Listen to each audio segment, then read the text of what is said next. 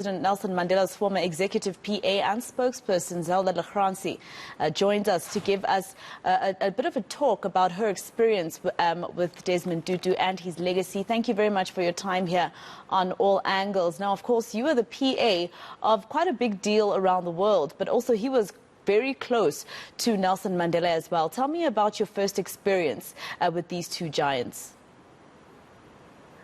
Well, first of all, the Arch was very similar to Mandela. When you met him for the first time, he was completely the opposite character of what the apartheid regime, the media, the indoctrination made us to believe of these people. I found Archbishop Tutu to create that feeling with me that I arrived home. He was so loving and kind.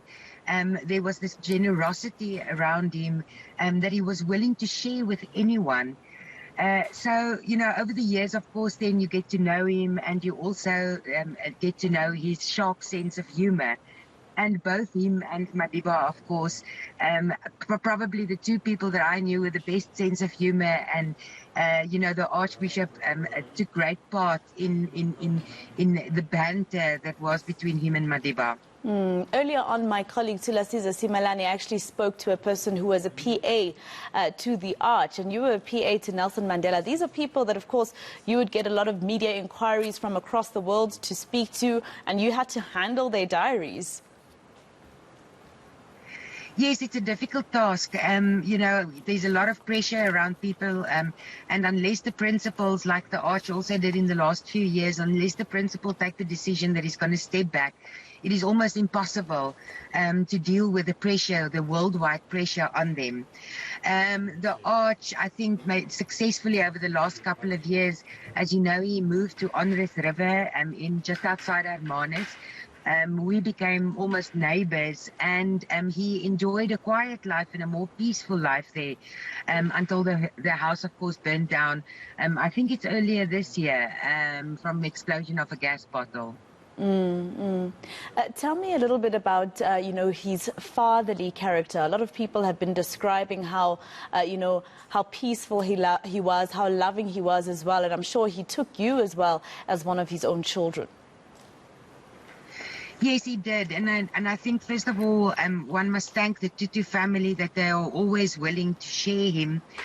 Since Madiba's passing, I've seen a lot more of the Arch and Aunt Leah.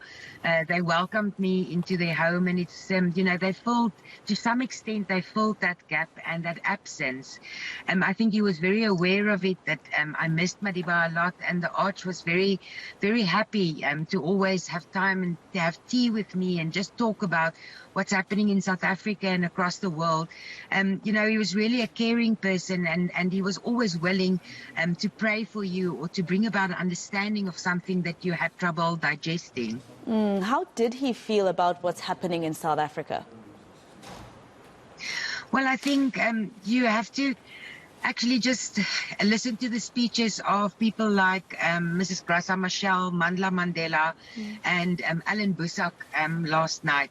The Arch was deeply concerned about where we are as a country, that in, you know, almost 30 years after democracy, we have not really made a lot of change when it comes to inequality.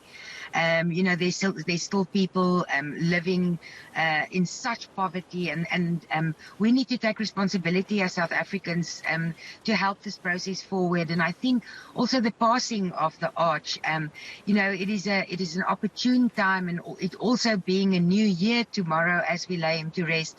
I think it's an opportune time for us to really recommit to the things that the Arch so strongly felt about, you know, equality, forgiveness, fairness, and peace and harmony in South Africa. But to achieve that, we must open our hearts to one another. And I think that was something that was very close to him. We need to open our hearts to one another so that we can begin to heal as a nation. We have not adequately dealt with the past of our history. And I think we owe it to someone and the legacy of Desmond Tutu to deal with it now. Well, thank you very much for your time and those words. That was President Nelson Mandela's former executive PA and spokesperson, Zelda la Grange, speaking to us here on All Angles.